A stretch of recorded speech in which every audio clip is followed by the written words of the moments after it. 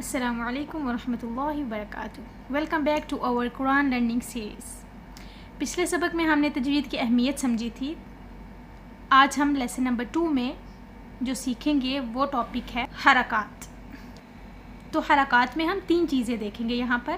حرکات کیا ہیں، حرکات کتنی ہیں، اینڈ لاسٹ تھنگ حرکات کیوں ضروری ہیں. وٹ آر حرکات، ہاؤ مینی حرکات آر دیئر، وائی آر حرکات امپورٹنٹ. تو اب ہم یہاں پر سب سے پہلے دیکھیں گے حرکات کیا ہیں اور حرکات کسے کہتے ہیں. واٹ آر حرکات.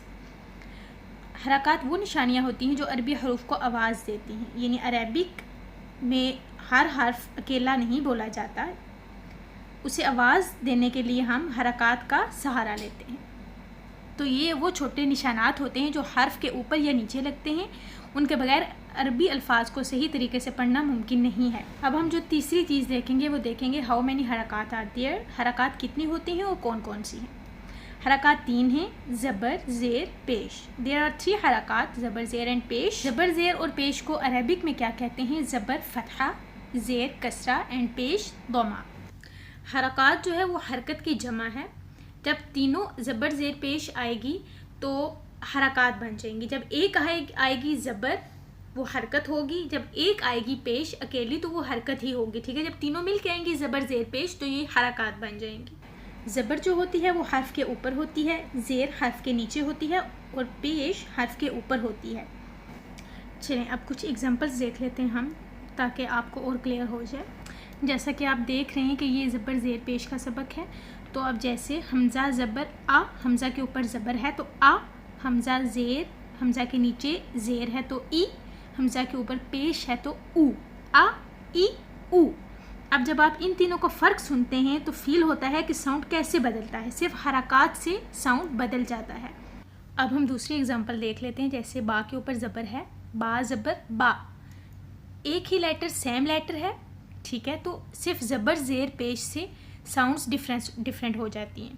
با زبر با، با زیر بی، با پیش بو، با بی بو.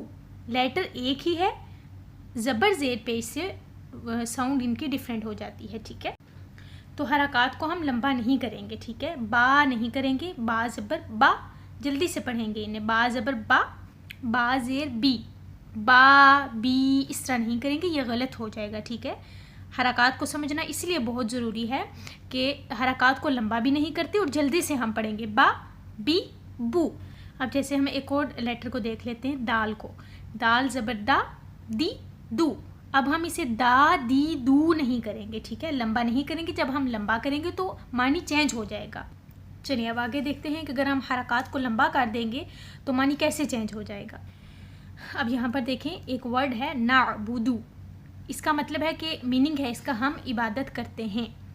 اگر اس کو ہم دال کو لمبا کر دیں گے، ایک حرکت ہے دال پہ پیش، دو ہے، تو اگر ہم اس کو لمبا کر کے پڑھیں گے نعبدو تو اس کا مطلب ہو جائے گا تم سب عبادت کرتے ہو.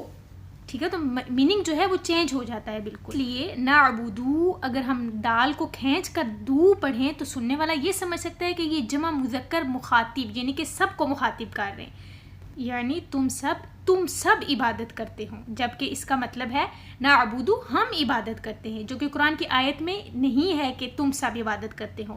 جب ہم دو کر دیں گے تو یہ میننگ آ جائے گا، جو کہ قرآن کی آیت میں نہیں ہے کہ تم سب عبادت کرتے ہو.